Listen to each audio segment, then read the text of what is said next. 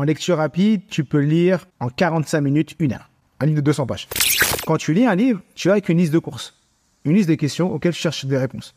Et le livre va te donner des réponses à d'autres choses auxquelles tu n'avais pas forcément pensé initialement.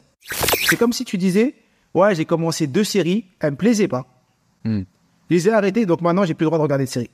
Je m'interdis toute série jusqu'à ma mort parce que j'en ai regardé 2, j'ai commencé, j'ai arrêté au 3e épisode, ça me plaisait pas. Par respect pour le réalisateur, par respect pour les acteurs, par respect pour Netflix. Mais qui a fait ces règles ? Bienvenue sur Les Investisseurs 4.0, le podcast qui explore les stratégies et les méthodes pour développer son patrimoine immobilier quand on a 40 ans, un job à plein temps et une vie de famille trépidante. Est-ce que tu t'imagines le niveau de connaissance que tu pourrais acquérir si tu arrivais à lire un livre en 1 heure ou même 2 heures de ton temps ? La lecture des ouvrages complets et bien documentés est sans doute la façon la plus frugale et la plus efficace d'acquérir de nouvelles connaissances, de trouver de nouvelles idées et au final de faire de meilleurs choix. Pourtant, on s'interdit souvent d'y accéder, retenu par nos habitudes, peur de l'effort, mais surtout par la relation conflictuelle qu'on entretient avec les livres et la lecture depuis l'école. Aujourd'hui, je te propose de changer cette relation au livre et à la lecture pour t'emparer toi aussi de la puissance des livres. Je te le vends bien, hein. J'ai le plaisir de recevoir Mohamed Boclet pour parler du sujet aujourd'hui. Mohamed est champion de France de lecture rapide, alors que rien dans son environnement éducatif familial ne le prédestinait à un tel destin. Au cours de la conversation, on verra comment Mohamed a découvert la lecture rapide et en quoi cette découverte a changé sa vie, comment modifier sa relation à la lecture, souvent héritée de l'environnement dans lequel on a baigné petit, pour l'intégrer dans une acquisition régulière de connaissances, comment lire plus rapidement et comprendre ce que l'on lit, quels principes de base de la lecture rapide peuvent booster notre productivité au quotidien sans avoir besoin de participer à des compétitions. Un épisode qui devrait t'aider à intégrer la lecture dans ton quotidien pour monter en puissance de façon régulière. En tout cas, ma conversation avec Mohamed et la lecture de son excellent livre Connaissance illimitée m'a fait changer de point de vue sur la lecture et mon organisation également. Je te recommande ce livre d'ailleurs. Avant de démarrer, je te rappelle que le meilleur moyen d'aider le podcast, si tu l'apprécies, c'est de laisser un avis 5 étoiles sur Apple Podcast ou Spotify et de partager tes découvertes faites ici sur les réseaux sociaux, en particulier sur LinkedIn, qu'on aime bien. Merci au passage à Joël67 pour son message 5 étoiles encourageant cette semaine. Allez, on part maintenant à la découverte de la lecture rapide avec Mohamed. C'est parti. Salut Mohamed, bienvenue chez Les Investisseurs 4.0. Salut Paco, merci pour l'invitation. Merci à toi, je suis très content de te recevoir et hâte de commencer la discussion sur un peu un thème qui nous touche tous un peu, c'est tout ce qui est les compétences, les connaissances, utiliser son cerveau de façon optimum, et ça c'est vraiment, je trouve vraiment le thème vraiment fascinant. Après le problème de ce genre de thème, c'est que souvent c'est tellement vaste qu'en fait on s'y perd. Donc, exactement. C'est compliqué. Je vais te laisser peut-être te présenter en tout premier lieu pour les gens qui te connaissent pas. Alors, je m'appelle Mohamed Boclet. Je suis l'auteur du livre Connaissance illimitée que j'ai là, qui est aux éditions Robert Laffont, qui est un best-seller. Je suis formateur en technique d'apprentissage, donc j'apprends à apprendre. Et c'est comme ça que je suis devenu 2 fois vice-champion du monde de lecture rapide en 2021 et en 2023. Et je suis également l'hôte d'un podcast qui s'appelle Connaissance illimitée, où j'invite des personnes inspirantes pour parler de démocratiser la réussite et l'excellence. Ouais, tout un programme. Donc j'ai beaucoup de casquettes, j'ai pas dit tout, mais j'en ai plein d'autres.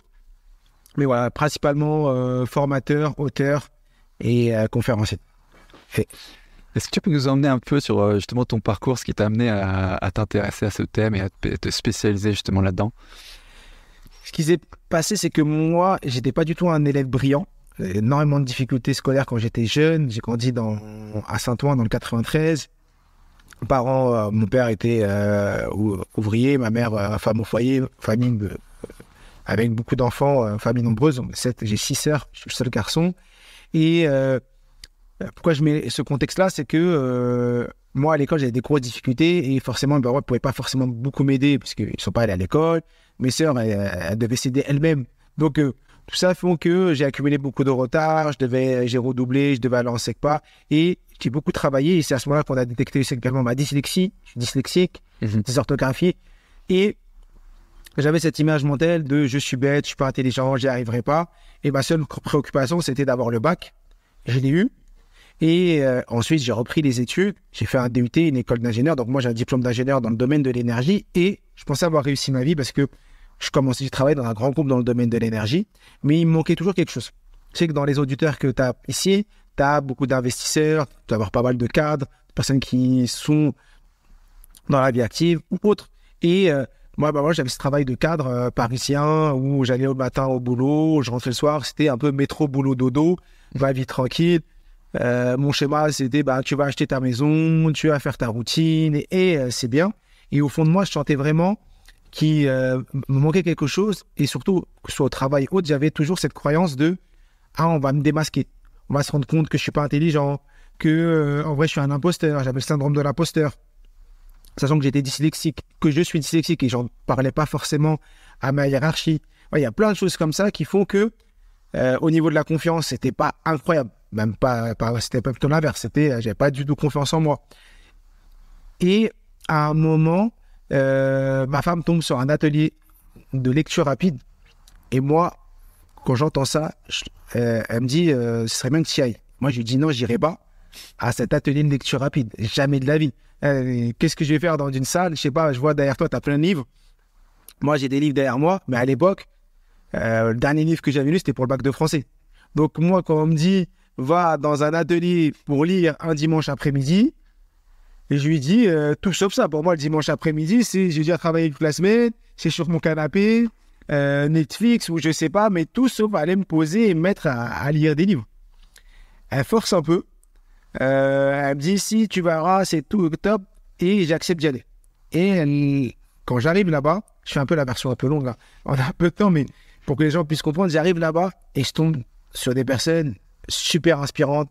Il y avait des investisseurs, il y avait des étudiants, des entrepreneurs, des personnes qui me disent tu seras capable de lire 200 pages en 1 heure, tu seras capable de mieux apprendre, tu seras capable d'utiliser dans ton cerveau.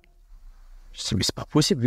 Où je tombe là. En vrai, j'ai l'impression de tomber j'ai l'impression que c'était des martiens. Je me dis, mais c'est quoi votre délire là? J'ai l'impression d'être dans l'équipe d'Elon Musk. Tu vois, que avec des. Et quand tu les vois, ils ont rien d'incroyable. Mm-hmm. Et c'est ça qui m'a fait tomber. Après, je peux pouvoir prolonger un peu si tu veux avoir plus de temps, mais c'est ça qui me fait tomber dans la première fois et qui me fait découvrir la lecture rapide et les techniques de mémorisation. Pour moi, ça n'existait pas et je savais même pas que ça existait.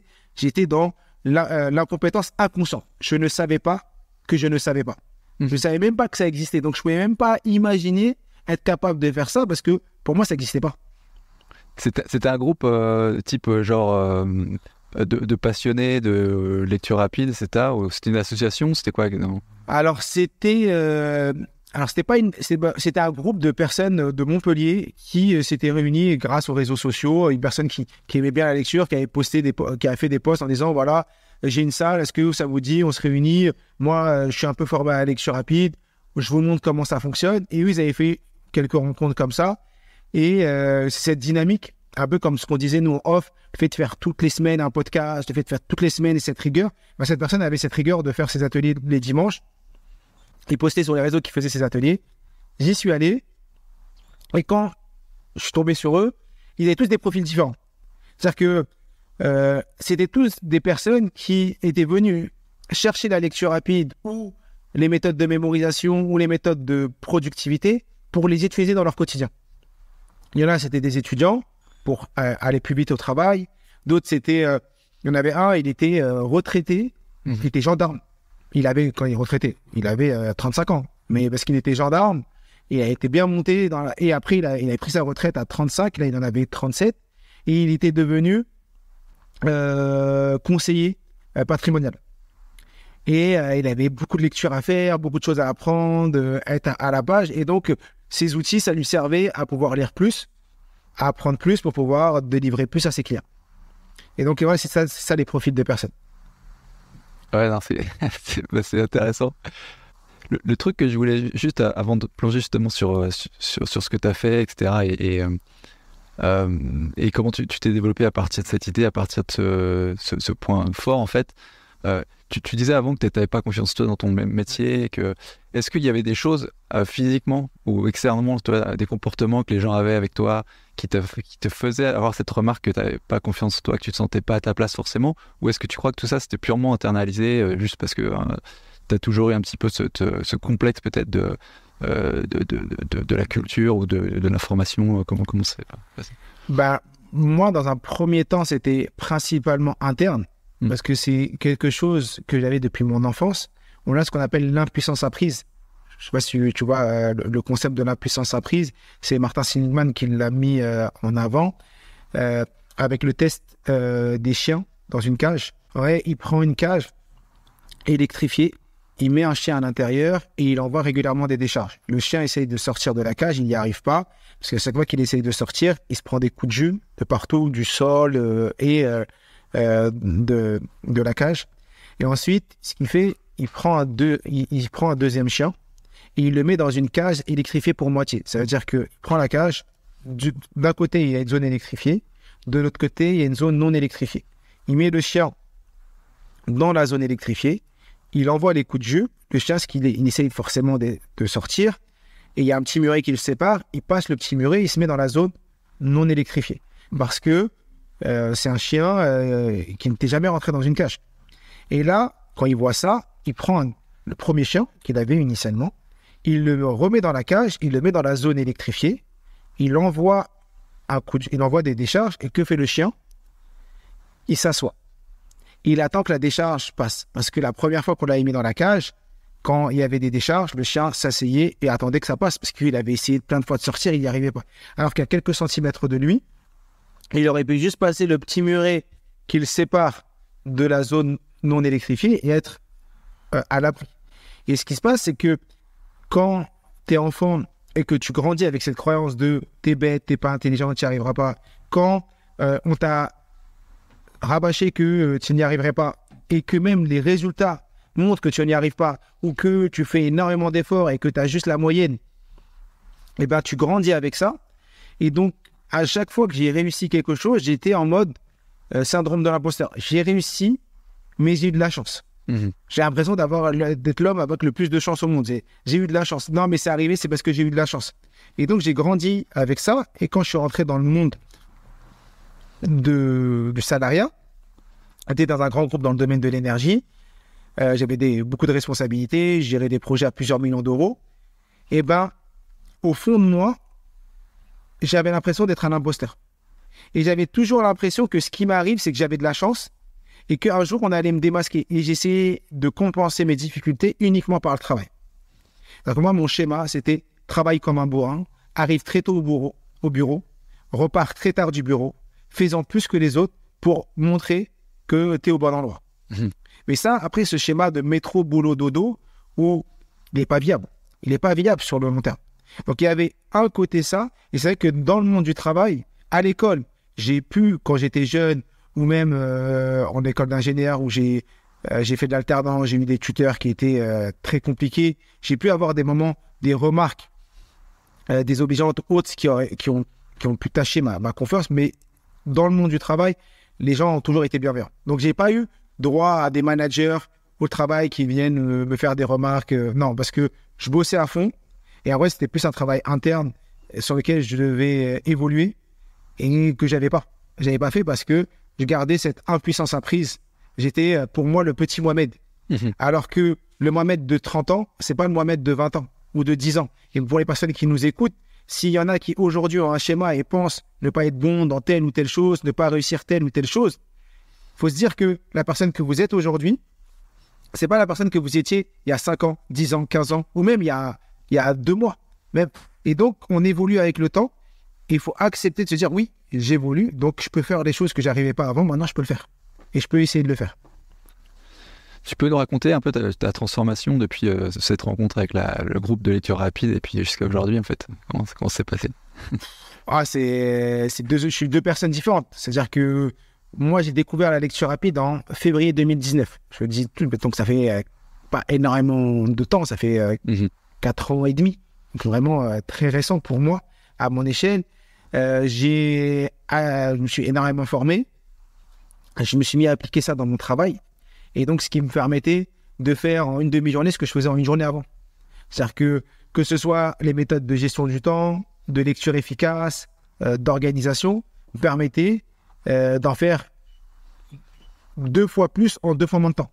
C'est-à-dire que moi qui finissais toujours tard, à la fin, j'espère que mes managers n'entendront pas, ou s'ils entendent, maintenant c'est un peu trop tard parce que je n'y suis plus. À la fin, je faisais du présentéisme. Parce que tu peux pas partir. Quand tu as fini ton boulot, déjà quand je partais à 17h, j'avais l'impression d'avoir pris mon après-midi.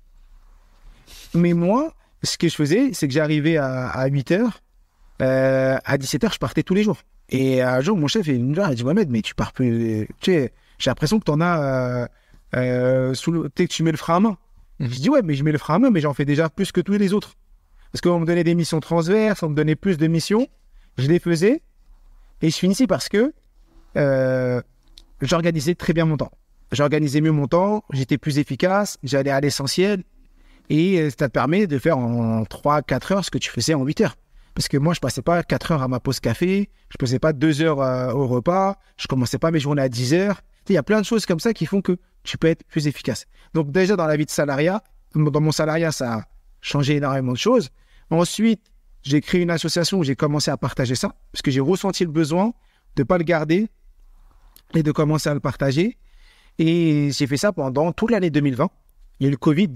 Moi, ça m'a aidé. Pour certains, le Covid, ça a été difficile. Moi, ça a été incroyable. Le Covid, j'étais chez moi. Je pouvais lire.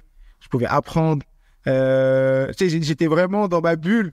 Il y avait ma femme, mon fils était tout petit, donc je profitais de mon fils. J'étais dans le sud. J'avais déménagé. J'étais parti de Paris. Je m'étais installé à Montpellier. Ouais, il y a plein de choses qui ont fait que c'était incroyable. Et après, fin 2020, j'ai décidé d'enlever ma casquette. Ouais, j'avais 3 casquettes. Papa, salarié, président d'association. Et puis, c'est plus possible. J'ai arrêté l'association. J'ai arrêté le salariat et j'ai créé ma société. Je me suis dit maintenant, je vais me lancer à plein temps. Et depuis janvier 2021, ça fait 2 ans et demi, j'ai créé ma société qui s'appelle Connaissance Illimitée, qui a aujourd'hui accompagné plus de 12 000 personnes sur les techniques d'apprentissage. Donc, j'interviens à la fois en entreprise. Je travaille pour L'Oréal, EDF, GRDF, donc des grosses entreprises. Je voulais former leurs managers, leurs salariés, leurs équipes à tous ces outils de productivité. Et j'ai une grosse partie où j'accompagne les personnes seules, c'est-à-dire une personne qui va investir sur lui-même et qui va apprendre, où on va les former à ces outils. Donc voilà, c'est ça la transformation, que ce soit en pro et perso. Et ma vie a complètement changé parce qu'aujourd'hui, je suis mon propre patron, je travaille quand j'ai envie, mais surtout, je fais ce que j'aime. Et il y a des gens. Et tu te retrouves à manager, à coacher finalement ton ancien manager. Exactement, parce que j'ai eu dans mes ateliers, pas mon manager, mais mes collègues. Parce que comme je travaillais, j'ai eu mon ancienne boîte fait partie de mes clients. Et effectivement, ça fait partie de mes clients fidèles et avec qui je travaille depuis 2 ans et demi. Et je fais très régulièrement des ateliers et c'est ouvert à tous les salariés. Et des fois, il y a des anciens collègues à moi qui participent à ces ateliers. Donc, ouais, c'est un peu incroyable. Excellent. Oui, effectivement, transformation assez rapide, finalement. Est-ce que tu peux aussi nous emmener, du coup, dans la transformation, en fait, dans les étapes qui ont mené à ça, toi, dans la création de ta connaissance, parce que, voilà, de ce premier jour où tu disais que tu voulais pas aller dans ce groupe de lecture rapide, à ce moment où tu as commencé à utiliser cette connaissance et cette méthode au point de gagner énormément en productivité, au point d'être assez confiant pour pouvoir coacher d'autres. Ça serait intéressant peut-être de nous emmener justement de comment toi tu as fait pour toi, comment tu as vu en fait ces progrès arriver et les méthodes que tu as mis en face. Ça pourrait être intéressant. Moi j'ai toujours eu ce schéma mental du apprendre, appliquer, partager. Depuis enfant, avec le recul, maintenant je le modélise, mais avant je ne l'avais pas modélisé. J'ai toujours ressenti le besoin d'apprendre et d'appliquer. Et également de partager aux gens autour de moi. C'est-à-dire que quand j'étais petit, très mauvais en langue, très mauvais en littérature, dyslexique forcément, mais très bon en sciences. Donc j'étais celui qui expliquait les maths à mes copains. Et j'ai grandi comme ça. Et donc, quand j'ai découvert déjà les outils, un des points qui est très important, c'est la régularité. Quand on découvre la lecture rapide, Moi, au début, je pensais que c'était une arnaque. Parce que ça ne fonctionnait pas. Tu arrives, la première fois que tu viens et qu'on te donne des techniques, tu en as une, deux qui fonctionnent bien, mais après, mon cerveau, il faisait de la résistance. Et en vrai, quand tu commences quelque chose, tu as 3 choses qui peuvent te bloquer. Soit le manque de confiance en la méthode. Exemple, un investisseur, tu lui donnes des méthodes pour investir. Tu as ceux qui vont pas réussir parce qu'ils pensent que la méthode, elle n'est pas bonne. Soit on pense que le formateur n'est pas bon. Soit la troisième, donc c'est soit la méthode, on n'y croit pas. Soit on croit à la méthode, mais on ne croit pas à celui qui nous l'enseigne. Soit la troisième, c'est nous-mêmes. On ne croit pas en nous. Et moi, j'étais je crois en la méthode, ça a fonctionné pour des milliers de personnes, donc pourquoi ça ne fonctionnait pas pour moi? Je crois en l'enseignant, parce que j'ai lu plein de choses, j'ai lu plein de livres sur le sujet, plein de gens j'ai pris de plein de personnes, et le dernier point, c'était moi. Et donc, ce que j'ai fait, c'est que j'ai découvert les outils de lecture rapide, et j'ai commencé à les appliquer, mais tous les jours. Et il y a des jours, au début, effectivement, je n'avais pas de résultat. Il m'est arrivé, mais parce que je savais que faisait partie du process. Moi, quand j'enseigne à mes élèves, au début, quand une personne découvre la lecture rapide, elle perd un peu en compréhension. Parce que forcément, tu veux augmenter rapidement ta vitesse, donc tu diminues un peu la compréhension, ce qui est logique. Et donc, moi, je leur dis, ça fait partie du process. C'est à force de vous entraîner que vous allez pouvoir remonter le niveau de compréhension au niveau de la vitesse, parce que si vous allez trop vite aussi, si vous voulez trop vite augmenter votre vitesse, il faut dire qu'une personne lit un livre de 200 pages en 4 heures, à peu près, 3-4 heures. En lecture rapide, tu peux lire, c'est vraiment accessible à tous, en 45 minutes, 1 heure. Un livre de 200 pages. Donc 200 pages en 1 heure, c'est vraiment à la portée de tous. Mais ça, c'est pas, tu viens, je te donne une potion magique, tac, c'est fait, c'est de l'entraînement, c'est de la répétition. Donc moi, ce que j'ai fait, c'est que j'ai compris ça, donc j'ai commencé à appliquer ce que j'avais appris et à en faire tous les jours. Tous les jours, je lisais un peu. Je lisais 20 minutes, après 30 minutes, après 45 minutes, après 1 heure, avec des objectifs SMART. Je me suis toujours donné des objectifs SMART en me disant, vas-y, là, tu pars sur... J'utilise beaucoup la méthode Pomodoro pour la gestion du temps. Donc, je travaille 25 minutes, je prends 5 minutes de pause et je me disais, ce Pomodoro, combien de pages tu vas lire? Au début, c'était, tu vas lire en 25 minutes 50 pages. Donc, je me dis, j'ai 30 secondes par page, bon, ça va. Et après, j'ai augmenté régulièrement et j'avais ce palier du Pomodoro. Et à chaque fois, j'augmentais un peu le nombre de pages. Donc, j'ai commencé à apprendre les méthodes, à les appliquer avec régularité et en me disant, j'accepte de ne pas être bon au début et de passer derrière certains points, mais progresser au fur et à mesure, parce que ça fait partie du process. Et ensuite, moi, une des choses qui m'a beaucoup, beaucoup aidé, c'est que très rapidement, j'ai commencé à enseigner. Mais pas enseigner en voulant gagner ma vie. Moi, j'ai créé une association en me disant, il faut juste que je donne ça. Quand tu fais un podcast comme là, où tu dois enseigner, où tu dois partager tes connaissances sur l'investissement, tu n'as pas le même niveau de réflexion, le même recherche d'informations que quand tu en as juste besoin pour toi. Là, tu vas beaucoup plus aller en profondeur. Et surtout, ce qui est magnifique, c'est que quand tu expliques quelque chose et que la personne te pose une question, soit tu sais y répondre, et c'est top, soit tu ne sais pas répondre, tu vas chercher l'information. Donc, en fait, tu apprends encore plus. Ce fait de commencer à enseigner, quand je dis enseigner, à donner à des jeunes de quartier, à gens autour de moi, m'a permis d'en apprendre plus. Et j'ai eu beaucoup de chance dans mon parcours, c'est parce que moi, initialement, je ne me voyais pas du tout formateur. Je ne me voyais même pas. C'est un ami à moi qui faisait partie des ateliers de lecture rapide. On se voyait régulièrement, qui avait une association pour une création d'école sur Montpellier et qui avait besoin de fonds. Et donc, parce qu'il crée une école. Et il m'a dit, Mohamed, on voit que tu es motivé. On voit que tu es devenu un peu le moteur du groupe. Parce que moi, quand j'apprends, je suis dans quelque chose, je me mets à 1000%. Et quand j'ai découvert ces outils, je voulais vraiment rattraper le temps perdu. Et je me suis dit, mais pourquoi j'ai pas appris ça plus tôt? Il m'a dit, voilà, on voit que tu es chaud, que tu en fais plus que tout le monde. Eh bien, est-ce que tu es OK? Nous, on lance une formation auprès des parents. Et toi, tu l'animes. Et l'argent qu'on va récolter de cette journée, c'est pour l'association. Et c'est un peu lui qui m'a mis un peu le coup de pied aux fesses en me disant, vas-y, toi, on sait que tu es bon dans ce que tu fais, fais-nous une formation qui tient une journée, tu partageras ça, et nous, le peu d'argent qu'on peut avoir, des gens qui vont payer pour cette formation, ça va nous aider à créer à aider à avoir un peu d'argent. Et là, je me dis, mais moi, je ne vais pas pouvoir tenir une journée. Moi, je suis super, à la base, je suis introverti. Parler en public, c'est impossible. Passer, tu sais, voilà, je me dis, mais comment je vais faire ça? Et là, tous les gens, tu as un peu la pression sociale, tous ceux qui sont là dans la... Ouais, vas-y, Mohamed, ça. Donc après, tu t'engages. Et j'avais 1 mois avant la date. Et eux, ils se sont occupés de la salle, de ramener les personnes, voilà et tout. Et moi, j'avais 1 mois pour sortir ma formation. Et c'est ce que j'ai fait pendant 1 mois. J'ai passé tous mes temps libres. Le jour où j'ai enseigné, j'ai fait cette formation, et tout ce que j'ai dû apprendre et pouvoir conscientiser pour me dire comment je vais l'expliquer aux gens pour que ce soit simple à portée d'eux, comment moi je l'ai compris, mais les difficultés que j'ai vécues, parce que souvent je me mettais à la place d'eux en me disant quelles sont les difficultés que j'ai vécues, où j'ai galéré, parce que moi je partais de loin. Donc j'ai beaucoup galéré.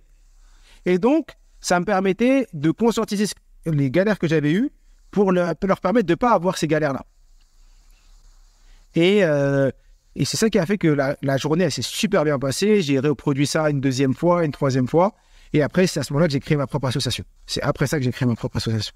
Donc vraiment, ouais, partager pour pouvoir ancrer justement les connaissances et apprendre plus vite ce qu'on a envie d'apprendre et on a envie de développer en termes de compétences. Là, je te rejoins carrément, mais c'est vrai que toi, c'est assez spectaculaire quand même les progrès que tu as fait parce qu'en quelques années, pouvoir devenir un peu spécialiste, vu là d'où tu venais, c'est quand même vachement rapide. Tu as commencé par la lecture rapide, qui est un seul aspect du développement en fait, des connaissances et autres.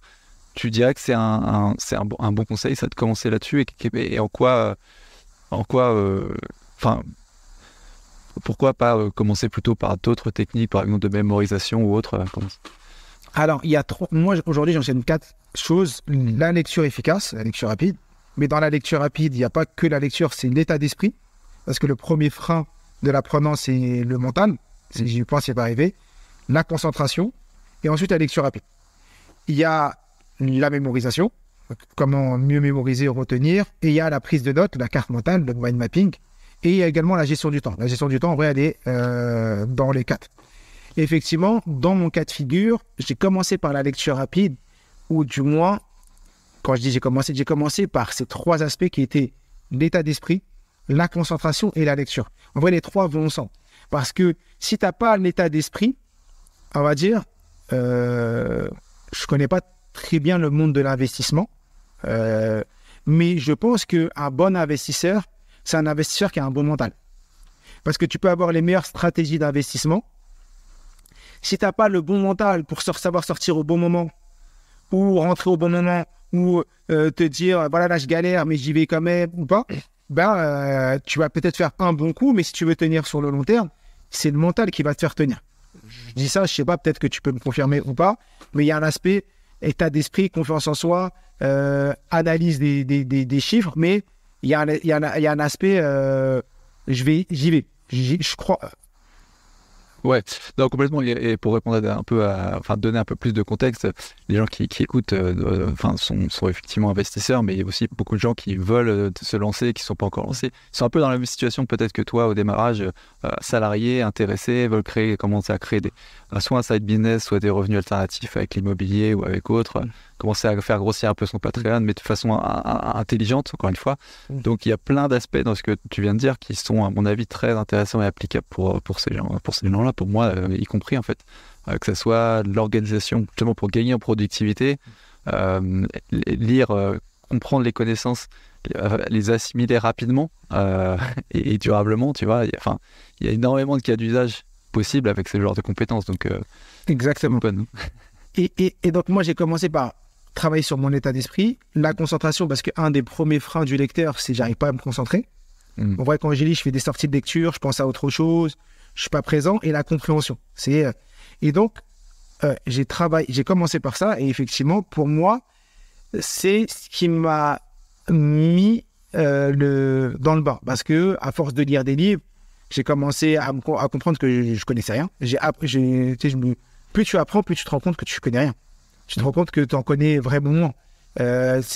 Et donc, ça m'a fait rentrer. Et en parallèle, j'ai utilisé ce qu'on appelle la carte mentale, les méthodes de mind mapping, pour prendre des notes de ce que je lis. Parce que, moi, je trouve qu'il y a trop de mythes sur la lecture. C'est-à-dire quoi? Ça veut dire que on a trop sacralisé la lecture. C'est mon point de vue. On a trop sacralisé la lecture parce que la lecture, c'est une des premières choses qu'on apprend à l'école. Donc, apprendre à lire, à écrire. Et rapidement, on est évalué sur nos lectures. Et nos lectures sont assimilées à une note. Et on est évalué non pas sur ce qu'on connaît de nos lectures, mais sur ce qu'on ne connaît pas de nos lectures. C'est-à-dire qu'au collège, je commence à avoir des livres qui ne sont pas les livres les meilleurs pour moi, pour des collégiens, et on va t'évaluer sur ce que tu as pu lire tout le livre. On va te poser des questions sur ce que tu ne connais pas. Et si tu réponds mal, ou tu n'as pas la réponse, même si tu as lu tout le livre, tu auras une mauvaise note. Et c'est ça qui est vraiment dommage. Et on a grandi comme ça, avec le bac de français, avec tous les textes qu'il fallait lire. Et donc, on a gardé en tête qu'un livre, il fallait le lire entièrement, de la première à la dernière page, qu'il fallait tout retenir, comme si on avait des super cerveaux. Une personne qui te dit, j'ai lu mon livre de la première à la dernière page, et je me rappelle de 100% du livre, c'est un menteur. C'est impossible, c'est pas humain. À part si tu as un super cerveau et tu scannes, et qu'après tu rentres dans un disque dur caché, c'est inhumain, ça n'existe pas. C'est pas possible. Physiquement, c'est pas possible. Et donc, c'est comme quand tu regardes un film. Quand tu regardes un film, quand tu finis le film, tu peux pas me dire toutes les scènes de la première à la dernière. Non, tu vas dire ce qui s'est passé, les idées principales, les moments importants, ce qui t'a marqué. Tu vas pouvoir en parler 10 minutes. Et donc, la lecture doit être assimilée à la prise de notes. Moi, quand je lis, je prends toujours des notes. Parce que la prise de notes fait partie du processus de rétention d'informations. Et donc, ce que je vais faire, c'est que je vais avoir une feuille, un stylo, et pendant mes lectures, je vais prendre des notes en parallèle sur ce qui me semble important, sur mes objectifs. Exemple, moi, je me lance dans... Parce que j'ai beaucoup d'investisseurs, c'est des investisseurs, des personnes qui veulent se lancer dans l'investissement. Moi, j'y connais rien dans l'investissement. Je vais chercher 2-3 livres sur l'investissement immobilier, l'investissement en bourse. Je vais les lire. Et donc, au début, mes questions, ça va être des questions simples. Qu'est-ce que l'investissement? Comment faire un bon investissement? Et des questions très simples. Et plus je vais avancer, plus je vais me former, plus je vais apprendre, plus je vais lire, plus je vais aller chercher des questions précises. Je vais aller regarder peut-être les leviers, comment je peux faire un levier, parce que j'ai un certain socle sur ce que je connais et je vais pouvoir aller plus en profondeur dans mes lectures ou apprendre des nouvelles choses. Et donc, pourquoi je dis ça, c'est que quand on lit, il faut se définir un objectif de lecture. Donc, qu'est-ce que je cherche? Qu'est-ce qui est important pour moi? Quelles sont les réponses, les questions auxquelles je souhaite une réponse en lisant mon livre? Quelle est ma problématique? Moi, j'ai une problématique. J'aimerais juste être un investisseur du samedi soir, prendre 2 heures et avoir un petit complément de revenus. Donc, quelles sont les bonnes méthodes pour faire ça? Un truc comme ça. Et mes lectures vont être orientées sur ça et prendre des notes sur le sujet. Tu vas chercher donc en mode actif. Tu scannes rapidement, enfin, lecture rapide, donc c'est avec un guide que tu devant tes yeux. Ouais. Effectivement, pour les techniques de lecture rapide, une des techniques que j'enseigne souvent, c'est le guide visuel, le stylo, le doigt, qui va te permettre de lire rapidement. Bien sûr, on lit tout le livre. Donc, on passe pas, on ne saute pas des pages, on lit la totalité du livre. Quand je dis on lit, nos yeux passent sur la totalité des mots, tous. C'est-à-dire...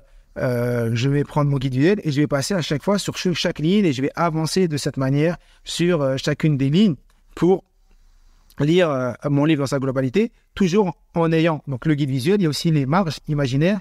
Ça veut dire que je fais abstraction du premier et du dernier mot de la ligne. Parce que grâce à ma vision périphérique, si je regarde devant moi, j'arrive à voir le mot d'avant et le mot d'après. Et si je regarde un mot, naturellement, j'arrive à voir le mot d'avant et le mot d'après. Donc, en faisant ça, je me dis que le dernier mot de la ligne et le premier et le dernier, je ne m'arrête pas dessus. Et je vais passer mon guide visuel uniquement au milieu. Donc, ça, c'est les 2 méthodes les plus simples qui sont vraiment à la portée de tous. Il y en a d'autres, mais c'est là déjà si les personnes qui nous écoutent utilisent ces 2 méthodes, ça leur permet de gagner 30 à 40% de vitesse de lecture. même des fois pour certains jusqu'à 50% de vitesse juste avec ça. Mais en parallèle, tu dois avoir en plus ton objectif de lecture. Alors tu pars avec un objectif et quand tu lis, tu as toujours dans ta tête quelles sont les choses, ce que tu vas rechercher. Et ton cerveau, si c'est pas en lien avec ce que tu recherches, ben c'est pas important. Tu vois, tu vas le lire et j'aime bien donner cette image de la personne qui va au magasin faire ses courses. Tu vas à Carrefour, Leclerc, Auchan, tu vas avec ton caddie, tu vas avec ta liste de courses. Ce que tu fais, c'est que tu vas acheter tout ce qu'il y a dans ta liste de courses. Mais souvent, il y a des promos, il y a des trucs en tête de gondole, des trucs auxquels tu n'as pas pensé. Et là, quand tu y es, bah, tu achètes des trucs supplémentaires parce que tu n'y avais pas pensé initialement. Mais une fois là-bas, ah ouais, bah ça, c'est vrai que j'avais pas vu, j'ai pas pensé au dentifrice, il n'y en a plus, ah bah je vais le rajouter dans ma liste. Et ben c'est la même chose. Quand tu lis un livre, tu as avec une liste de courses, une liste de questions auxquelles tu cherches des réponses. Et le livre va te donner des réponses à d'autres choses auxquelles tu n'avais pas forcément pensé initialement. Et c'est ça qui est beau. Et pour moi, un livre, ça ne se lit pas une fois. Ça peut se lire plusieurs fois. Comme quand on regarde un film, une première fois, tu le regardes 2 mois après, tu vas voir des choses auxquelles tu as... Je dis, mais c'est fou, j'avais pas vu ça. Et bien dans la lecture, c'est la même chose. Parce que quand on lit un livre, le Paco d'aujourd'hui, c'est pas le Paco dans 3 mois. Parce que tu vas avoir des problématiques différentes. Tu vas avoir été confronté à des questions, à des choses de ta vie. Donc quand tu vas relire le même livre, tu vas voir des choses dans le livre que tu n'avais pas vues la première fois. Parce que ton cerveau ne va pas mettre le focus sur la même chose. Il va mettre le focus sur d'autres problématiques.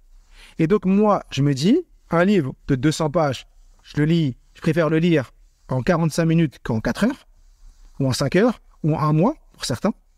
Et aller à l'essentiel et me dire, je me bloque 1 heure, je vais lire la totalité du livre, je vais répondre à toutes mes questions, je vais repartir au moins avec toutes les réponses à mes questions, et je vais être en capacité, grâce à mes notes, grâce à ce que j'ai lu, de pouvoir en parler, d'avoir les fondements, et de revenir dans 1 mois, dans 2 mois, dans 3 mois, et le relire une 2e fois. Et peut-être le relire à des livres que j'ai lus 4 fois, 5 fois. Il y a des livres que j'ai lus 5 fois, et à chaque fois que je les lis, des choses qui m'avaient marqué la première fois me remarquent la 5e fois, mais je les vois autrement. Dans un court instant, on verra comment créer un environnement propice à la lecture, comment prendre des notes quand on lit et maintenir la rigueur dans la durée. À tout de suite. Ouais, effectivement, j'aime bien cette approche qui est vraiment différente de lire de bout en bout, de façon besoyeuse, tu vois, et c'est complètement différent. Et effectivement, je peux comprendre qu'en faisant plusieurs passes, même rapides, ton cerveau, il acquiert beaucoup plus la connaissance qu'en une passe très laborieuse sur 1 mois où en fait tu as oublié ce que tu avais lu il y a 3 semaines, quoi. Exactement, tu as oublié ce que tu avais lu il y a 3 semaines. En plus, tu n'es pas motivé. Et il y a aussi un truc qui est important, c'est que un livre ne doit pas forcément être fini. Ça veut dire quoi, ça? Si tu prends un livre, tu commences à le lire, et tu vois que le livre ne te plaît pas, eh ben, tu n'es pas obligé de le finir. Parce que moi, j'en ai vu, j'accompagne beaucoup de lecteurs et ils ont 2-3 livres chez eux qu'ils ont commencé, qu'ils n'ont pas fini, et aujourd'hui, ils s'interdisent de lire. Je dis, mais pourquoi tu ne lis pas? Non, mais j'ai 3 livres que j'ai commencé, ou j'ai 2 livres que j'ai commencé, je ne les ai pas finis. Ah, donc comme tu as 2 livres que tu as commencé, que tu n'as pas fini, tu en as un 3e, un 4e qui te plaît, que tu pourrais finir, mais que tu ne lis pas par prétexte que les 2 autres. C'est comme si tu disais, ouais, j'ai commencé 2 séries, elles ne me plaisaient pas. Je les ai arrêtées, donc maintenant, j'ai plus le droit de regarder de séries. Je m'interdis toute série jusqu'à ma mort, parce que j'en ai regardé 2, j'ai commencé, j'ai arrêté au 3e épisode, ça ne me plaisait pas, par respect pour le réalisateur, par respect pour les acteurs, par respect pour Netflix, par respect pour... Parce qu'en plus, ces personnes donnent quoi? Donnent des arguments par respect de l'auteur, je pourrais pas, il faut que je le finisse, tu sais, ils ont... Mais qui a fait ces règles? Non mais c'est vrai, non mais ça paraît complètement con et quand tu le dis, t'as tout à fait raison. Mais c'est vrai que c'est incroyable. Mais c'est vrai qu'on naturellement on se crée quand même cette charge mentale, cette culpabilité et ça nous retient. Mais elle vient de l'école. Pour moi, elle vient de l'école. Elle vient du faut lire le livre de la première à la dernière page parce que je peux être interrogé sur la première jusqu'à la dernière ligne de mon livre et je pourrais être interrogé sur le dernier mot de mon livre. Donc, forcément, il faut que j'aille jusqu'à la fin. Moi, aujourd'hui, il y a des livres que j'ai lus.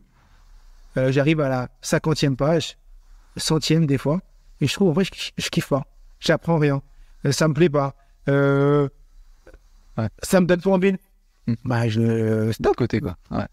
Mais de côté, peut-être que dans 6 mois, 1 an, je le reprendrai. Et peut-être que j'aurai mûri.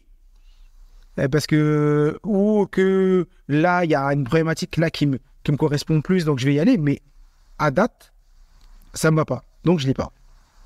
Si on suit un peu la fréquence que tu utilisais en fait, de tous les jours, lire un petit peu, 20 minutes, après une demi-heure, après 1 heure, après 2 heures, à partir de quand on peut se dire, ou à partir de quel niveau de progrès on peut se dire qu'on avance, ou au contraire, qu'on est en train on n'a peut-être pas la bonne méthode, ou on ne fait pas les choses bien?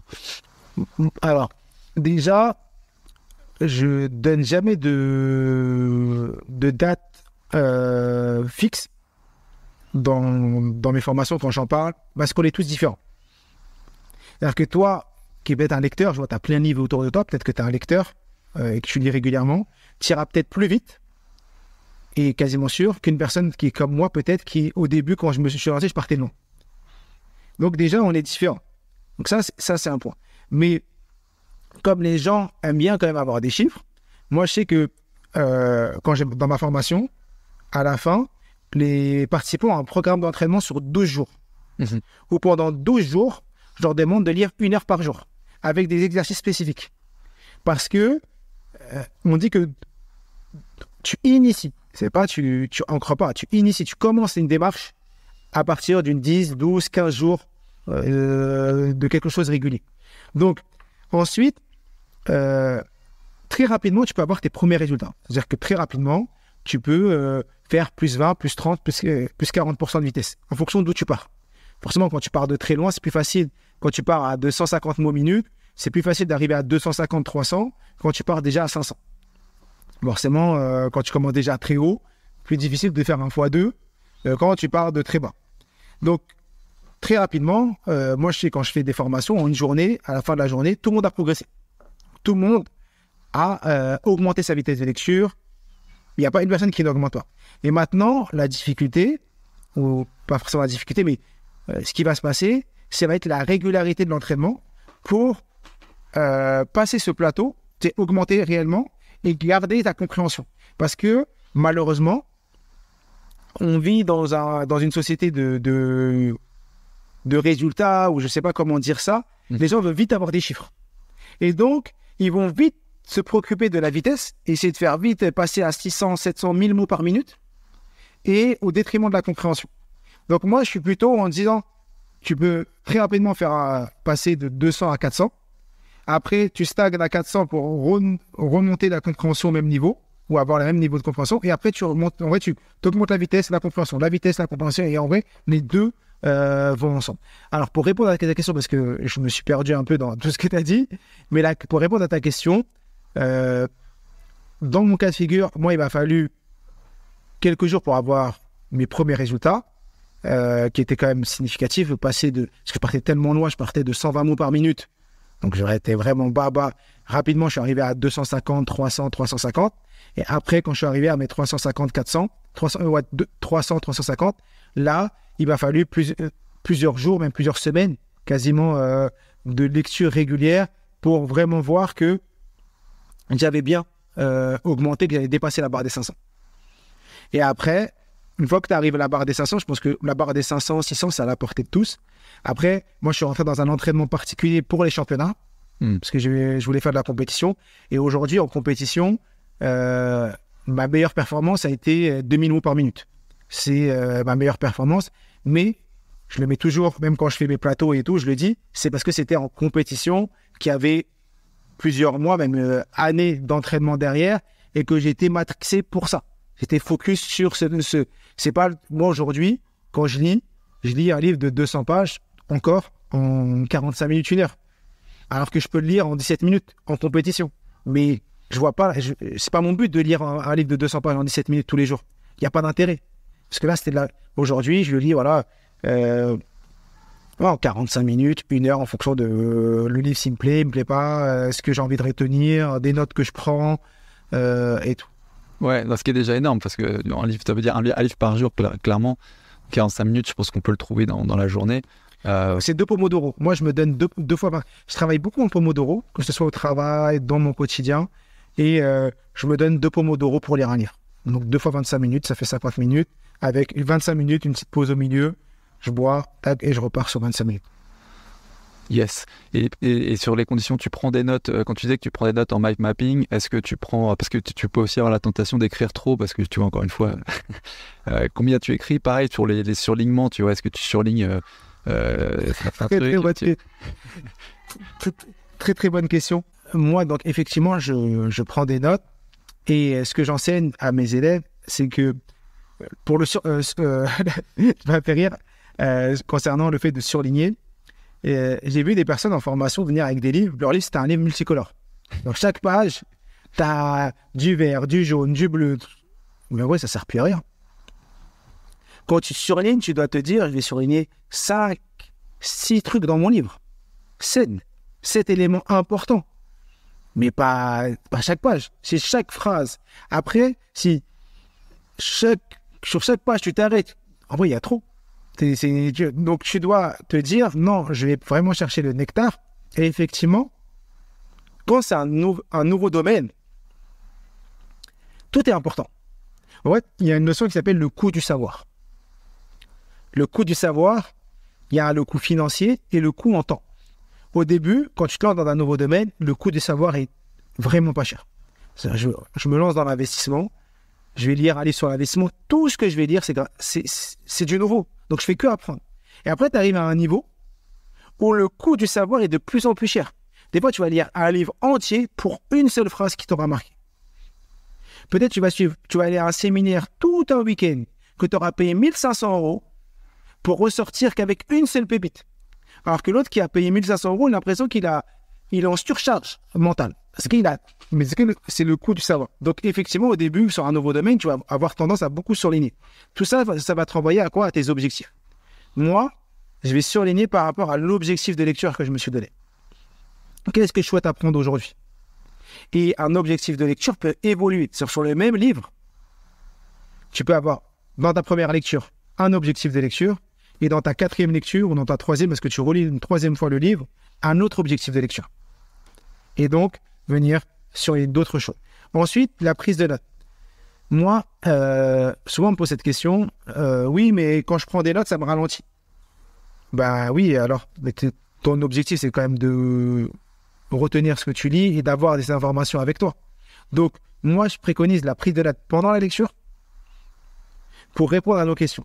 Quitte à lire le livre, non pas en 2 pomodoro, mais en 3. Mais vaut mieux, dans un premier temps, être à 3 pomodoro et mieux comprendre qu'être à 2 et ressortir frustré. Donc moi, je prends beaucoup de notes en fonction des livres, bien sûr. Et des livres où je prends beaucoup moins de notes, mais quand c'est un nouveau domaine, je vais prendre beaucoup de notes sous forme de carte mentale, principalement, quitte à lire le livre beaucoup moins vite, parce que également, dans la notion de vitesse de lecture, je dis souvent en formation ou dans mes chaînes et autres, je ne lis pas aussi vite quand c'est un nouveau domaine que c'est un domaine que tu connais.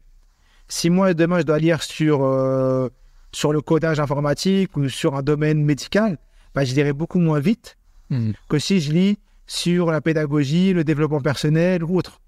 Si toi, tu es passionné d'investissement, les livres d'investissement, tu les liras super vite, alors que moi, je prendrai plus de temps. Parce que aussi, les connaissances et ce que tu acquiers te permet d'augmenter ta vitesse. Est-ce que tu prends plus de notes parce que tu connais moins le sujet, ou tu prends le même nombre de notes sur des choses vraiment que tu es parti chercher?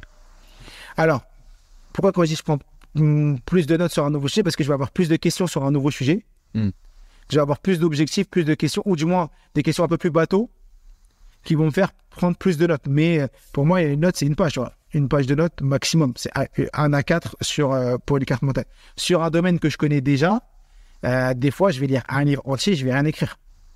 Parce que j'aurais eu mes objectifs, mais peut-être j'aurais pas trouvé la réponse à mes objectifs.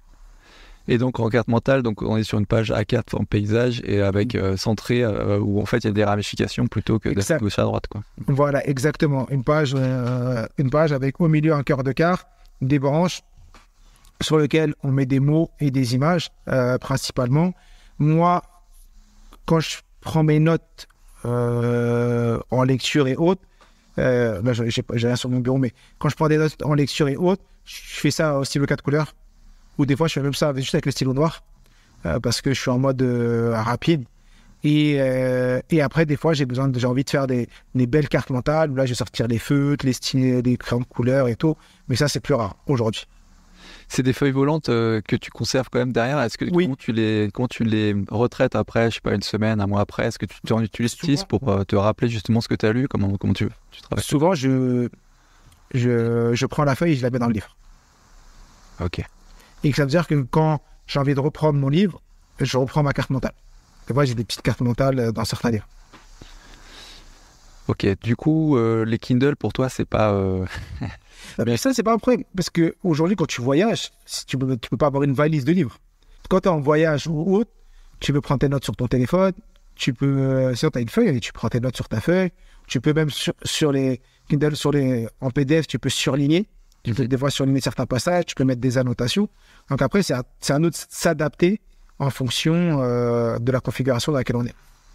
Et finalement, le but, du coup, dans cet exercice de lecture rapide, c'est finalement assimiler le plus d'informations possible qui soient actionnables pour notre vie, les traiter de façon à ce qu'elles soient personnalisées pour répondre à nos questions à nous, et ensuite avoir finalement avec ces feuilles volantes, mais qui sont rangées, j'imagine, quelque part, en fait, se créer une sorte de bibliothèque de la bibliothèque. C'est ça. C'est-à-dire que quand tu vas reprendre d'exemple comment se faire des amis ou un truc comme ça, bah tu vas te faire. Voilà, tout simplement. Là, c'est pas le bon exemple. Parce que ça, je l'avais fait il y a très longtemps. Mais là, j'ai un truc comme ça, juste avec un stylo et une feuille. Ouais. Ça, c'était parce que j'ai un livre sur ma table. C'est comment se faire des amis. Ouais. Et ben, je vais venir et avant de lire mon livre, relire ça. Relire les trucs importants que je m'étais mis. Ouais, c'est client en A4, c'est une feuille, c'est client en A4. Là, il y a un gros pavé parce que c'est une citation. Donc, j'ai mis tout un. Normalement, il n'y a pas de pavé, mais là, c'est une citation.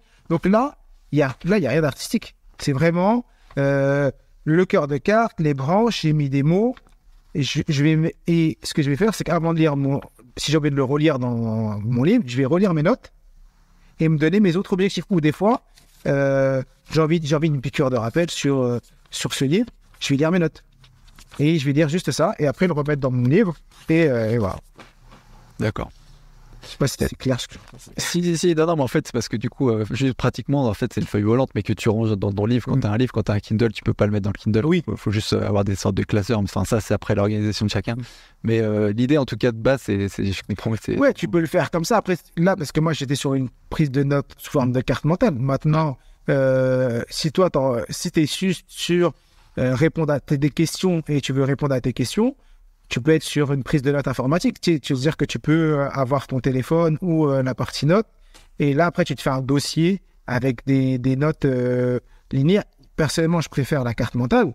Mais après, des fois, tu as des configurations où si tu es en extérieur, tu peux le faire. Tu vois, je suis pas adepte de. Moi, je suis plutôt adepte de la flexibilité.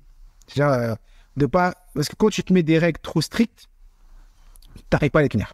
Ouais. C'est-à-dire que si tu es dans l'avion ou tu es à la plage, tu fais comment pour ton mind mapping? Ah non, donc je lis pas. Donc il y a des personnes qui vont se dire je peux pas lire parce que je suis à la plage, parce que je pourrais pas faire ma carte mentale. On en revient à ça, quoi. On se met dans des carcans. En vrai, ils vont trouver l'environnement pour prétexte pour pas arriver. En vrai, c'est le syndrome aussi du perfectionniste où on veut toujours être dans la... Donc, comme je fais des cartes mentales, il faut que je dois devenir un ayatollah de la carte mentale. C'est que ça ou rien d'autre. Donc, si je peux pas le faire, je fais plus rien. Donc, moi, je me dis non. Je suis à la plage, j'ai envie de kiffer. Je suis dans l'avion, je suis à l'aéroport, je suis dans le train ou n'importe où. Et je trouve un livre qui est pertinent, je le lis avec mes objectifs, en utilisant le guide visuel, tout ça. Mais dans ce cas de figure, mes notes, je vais les prendre sur mon téléphone. Ou je vais ouvrir, si c'est sur mon iPad, je vais ouvrir un autre fichier où je vais répondre. Et ça, je vais l'envoyer dans un dossier. Et j'aurai un dossier avec tous mes résumés. Donc, la flexibilité, pour moi, c'est un truc super important si tu veux tenir sur le long terme. Bien sûr, l'idéal, c'est ce qu'on a partagé, mais on peut changer s'il faut. Et la maîtrise de la lecture rapide, ça t'a à quel point en fait ça déteint sur d'autres compétences que tu as acquis derrière. Tu parlais tout à l'heure, concentration, gestion du temps, choses comme ça. En fait, de quelle manière en fait tu as pu développer ton cerveau, ta mémoire par le biais peut-être de la lecture rapide vers d'autres domaines après. En vrai, ce qui se passe, c'est que en développant la lecture rapide, donc ça a développé la lecture, ça m'a ouvert énormément de champs, donc l'entrepreneuriat, le développement de moi-même, énormément de choses comme ça, Ça a permis de stimuler mon cerveau, de faire plus de connexions, et c'est en faisant ça que j'ai commencé à lire des choses sur la mémoire, le fonctionnement du cerveau, comment le cerveau fonctionne. J'allais écrire. Après, j'ai pu écrire un livre, moi, qui n'était pas du tout littéraire. Ça, en vrai, le fait de lire, ça m'a permis de mieux écrire, de moins faire de fautes d'orthographe, sachant que je suis dyslexique. Mon livre aujourd'hui, on est à 34 000 livres vendus en 6 mois. Et en 2 mois, on avait vendu plus de 20 000 livres. Les 2 premiers mois, première semaine, on était baissé là. Mais ça, c'est juste incroyable. Et ça, j'aurais jamais pu le faire si j'étais pas un lecteur, si je lisais pas. Ça m'a permis de travailler sur ma concentration. J'ai la capacité à rester focus plus longtemps qu'avant. J'ai à rester concentré sur une tâche. Avant, j'avais tendance à regarder partout, à toucher souvent mon téléphone, à être ailleurs, à moins vivre le moment présent. Maintenant, c'est plus facile pour moi de vivre le moment présent, d'être focus dans mes tâches. Et donc, de pouvoir aussi dégainer plus de choses en moins de temps. Ce que je ne savais pas faire auparavant. Ça m'a permis, quand j'étais salarié, de gérer beaucoup mieux mon temps. Parce que j'utilisais les méthodes que je faisais en lecture dans mon activité professionnelle. Ça m'a permis de lire plus rapidement mes mails, plus rapidement, répondre plus rapidement à mes collaborateurs, lire plus rapidement, parce que j'étais chef de projet, après j'ai été acheteur. Donc j'ai découvert la lecture rapide quand j'étais acheteur, donc j'avais beaucoup de contrats à lire, plein de trucs juridiques à lire. Ça a permis de lire plus vite mes contrats et tout ça. Donc ça déteint sur le quotidien. Tu as tendance à moins vouloir perdre de temps. Parce que tu te rends compte que, en vrai, la lecture rapide, pour moi, c'est un outil. C'est pas une finalité. C'est un outil au service de quelque chose qui est plus important et plus grand. C'est-à-dire que le même outil, il peut être utilisé par 100 personnes pour 100 objectifs différents. Toi, peut-être que la lecture rapide, ça va être ton outil pour être le meilleur investisseur, pour pouvoir dénicher les meilleurs investissements, pouvoir aller faire tes recherches, pouvoir aller prospecter plus rapidement, aller lire, je sais pas si il y a des analyses financières qui tombent tous les matins sur la bourse, je sais pas, dans la bourse et autres, tu vas pouvoir de lire plus de choses et de pouvoir faire tes meilleurs investissements. Pour un coach, ça va être de pouvoir mieux se former à ce métier. Pour un salarié, donc chacun en fonction de son objectif va utiliser la lecture rapide comme un outil au service. Donc moi, quand j'étais salarié, ça m'a aidé à être plus productif au travail parce que je voulais dégager du temps pour apprendre plus de choses. Et en apprenant plus de choses, j'ai appris à me connaître, à savoir qui je voulais être, à ce que je voulais faire. Et c'est comme ça que je me suis lancé dans l'entrepreneuriat et qu'aujourd'hui, je suis fier d'en faire mon métier, je suis fier de former des gens et de les accompagner. Parce que tu es devenu plus exigeant par rapport à ton temps parce que tu voulais garder du temps pour pouvoir lire, ou le fait de lire, tu utilisais du coup les Pomodoro et c'était par exemple ça que tu utilisais pour d'autres tâches que lire en fait. Moi, les deux vont ensemble. C'est-à-dire qu'effectivement, j'utilisais le Pomodoro dans les autres tâches, donc ça me faisait gagner plus de temps. Ouais. Mais en même temps, plus tu lis, plus tu apprends que le temps est la denrée la plus rare et la plus chère que tu as sur Terre.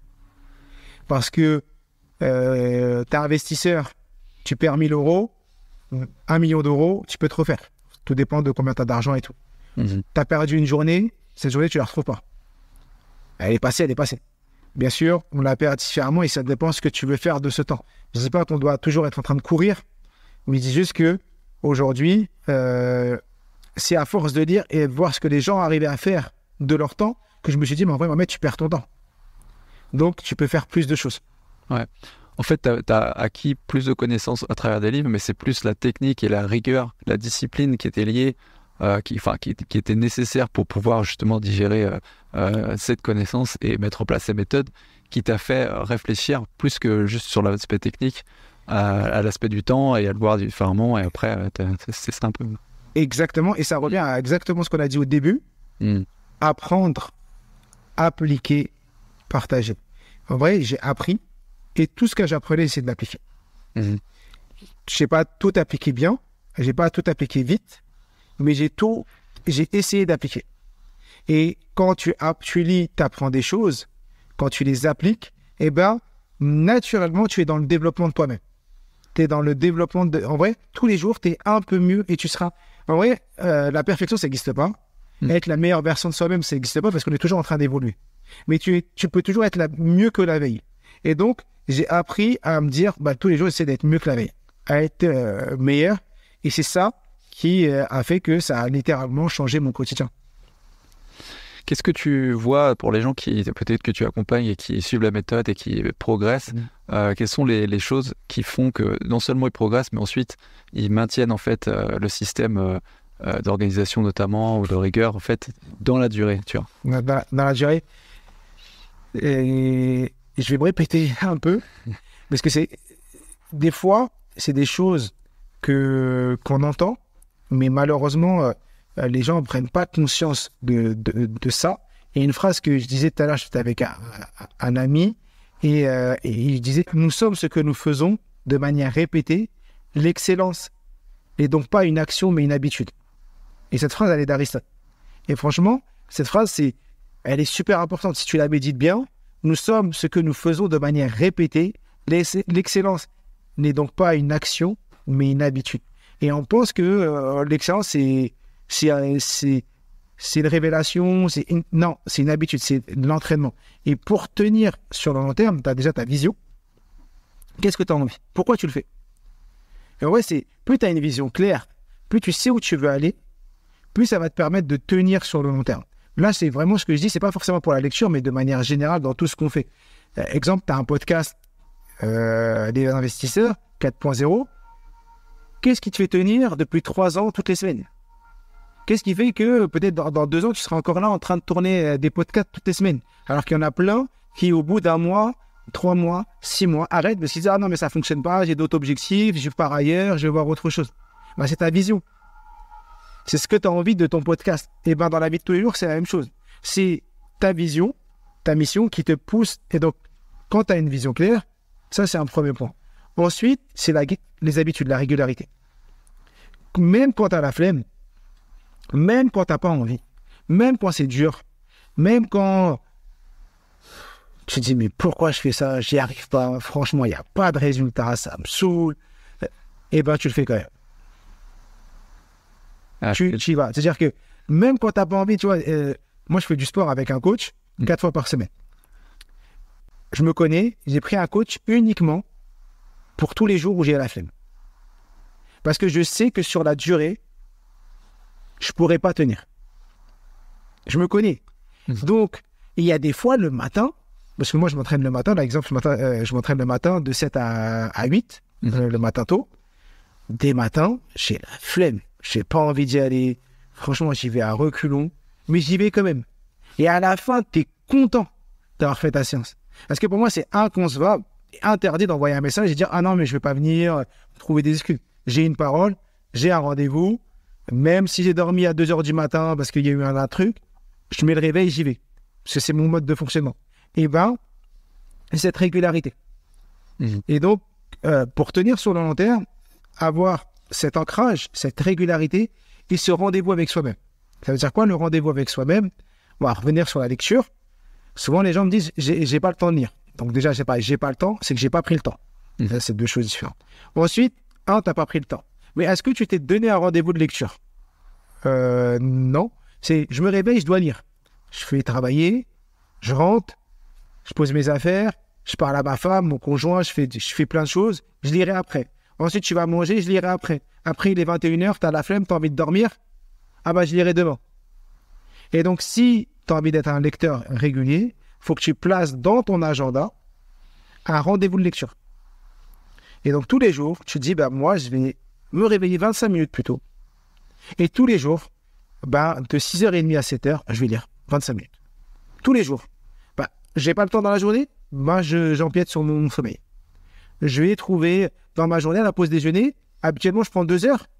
Je vais au resto avec mes potes, avec mes collègues. Après, on prend un café qui dure 45 minutes. On refait le match de foot, les vacances, les gilets jaunes, l'inflation et bijoux.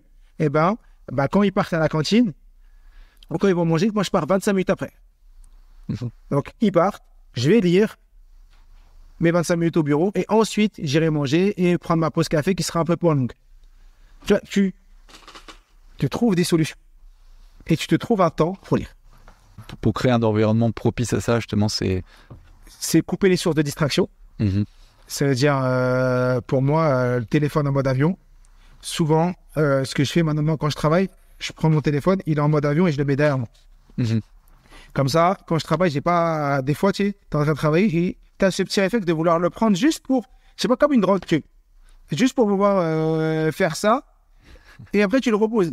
Et moi, pas besoin de faire ça. L'idéal, le mieux, c'est de l'avoir en dehors de son bureau. Ça c'est encore le mieux. Mais moi, souvent, je le mets derrière, soit en mode avion, soit en mode concentration. En mode concentration, comme ça, il y a juste mes parents, ma femme qui peuvent me couper. Voilà. Ça, c'est un point. Donc, couper les sources de distraction.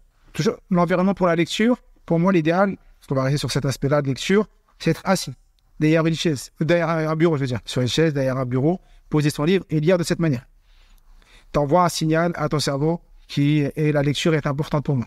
Ça, c'est sûr. Troisième chose, en fonction de où tu lis, tu peux mettre des bruits blancs.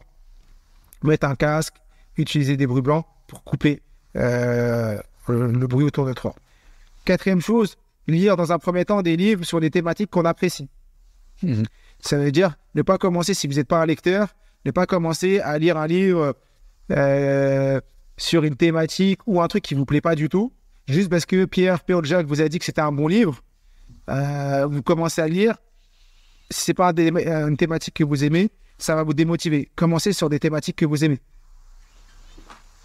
Ça va vous permettre de vous dire, d'apprécier le contenu, donc de vous réhabituer à la lecture. Donc déjà, je pense qu'il y a 4 points qui sont très bien. Ouais, tout à fait. Tel que tu me sembles super organisé aussi, tel que tu décris toutes ces activités et tes méthodes. Est-ce qu'en termes d'organisation, toi, tes journées, est-ce que tu as un truc que tu affectionnes en particulier? Moi, par exemple, on parle beaucoup des to-do list, tout ça, mais c'est des trucs qui semblent compliqués ou qui prennent du temps en fait à construire. À des fois, on se demande est-ce qu'on ne passe pas plus de temps à les construire qu'à effectuer les tâches. C'est quoi pour toi le killer, le truc qui marche vraiment dans ton organisation de tes journées? Moi, il y a une chose que je fais tout le temps, c'est le dimanche soir ou le lundi matin, je planifie ma semaine. C'est-à-dire, donc moi, ça, je trouve que c'est très important. C'est ce qu'on appelle investir dans la perte. Donc, effectivement, c'est cette petite demi-heure que tu vas prendre en début de semaine et qui va t'enlever toute cette charge mentale toute la semaine. Parce que souvent, on a beaucoup de charge mentale. On dit, ah oui, il faut que je pense à ça, il faut que je pense à ça, il faut que je fasse ça, il faut que je fasse ça. Ah oui, il faut que je tourne mon podcast, il faut que je fasse ci, il faut que je fasse ça.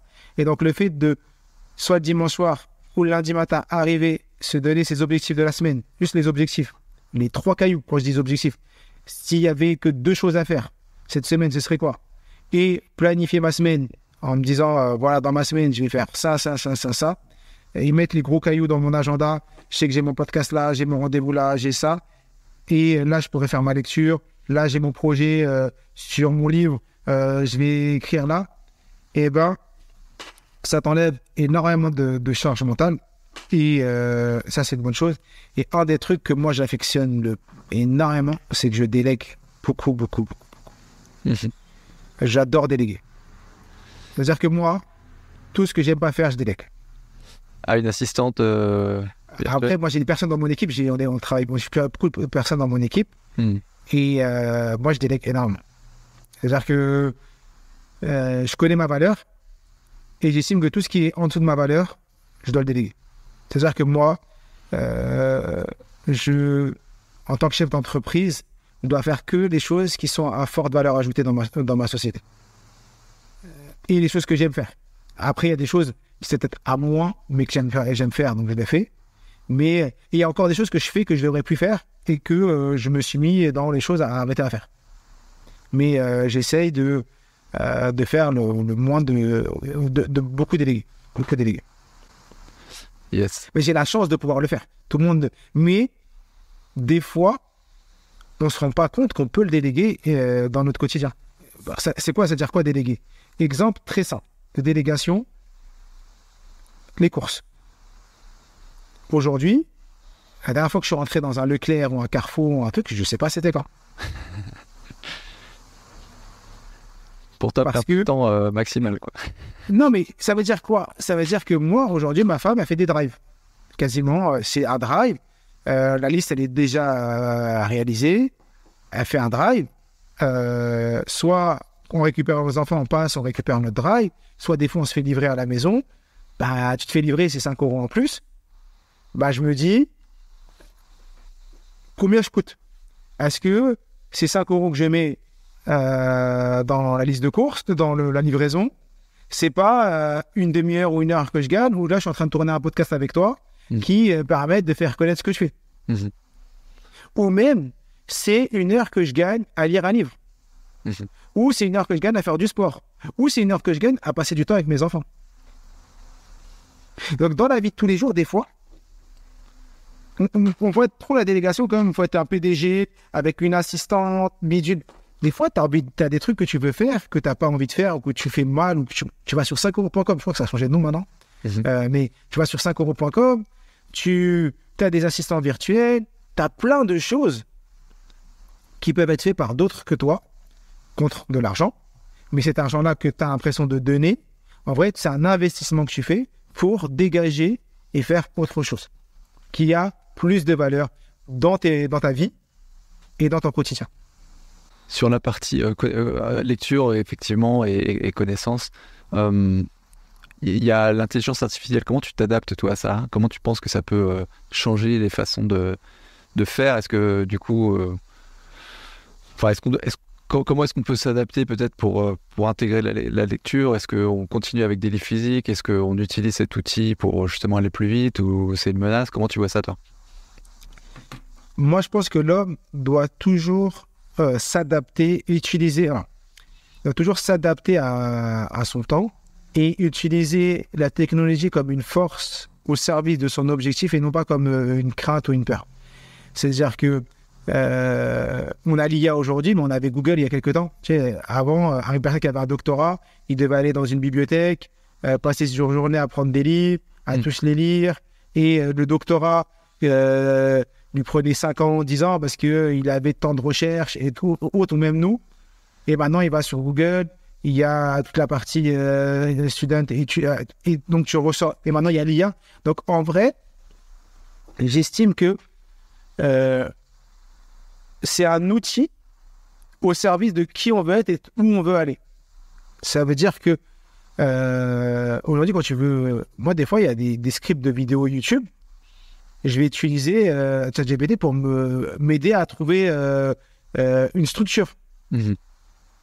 Ce qui m'aurait pris avant une demi-journée me prend 5 minutes parce qu'il va m'aider à trouver la structure. Après, moi, je vais mettre le contenu à l'intérieur.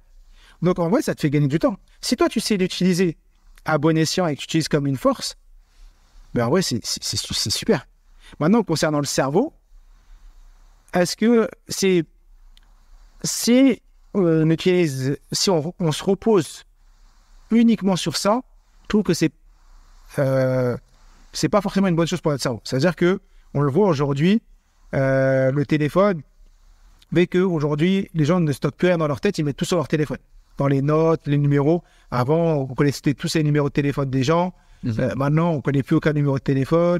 On ne connaît plus rien, on met tout dans notre...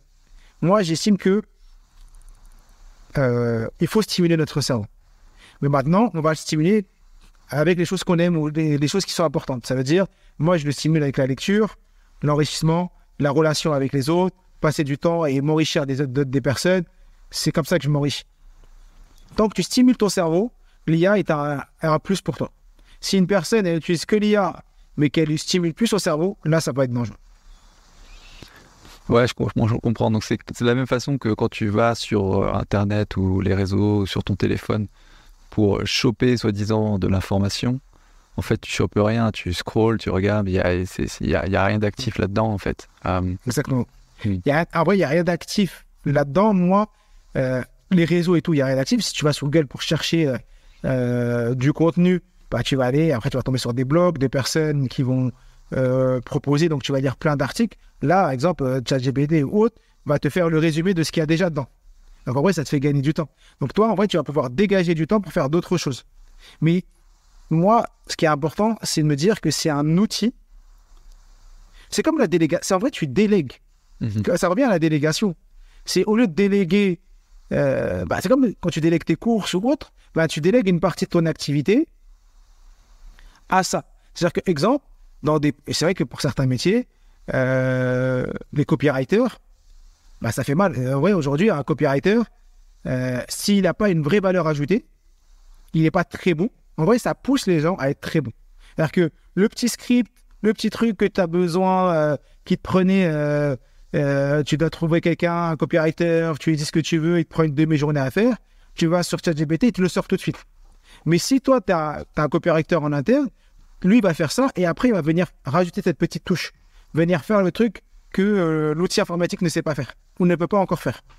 Et donc, en vrai, ça te fait gagner du temps, ça te fait gagner dans une institution, une société ou autre, ça te fait gagner de l'argent et ça nous permet d'être plus productif.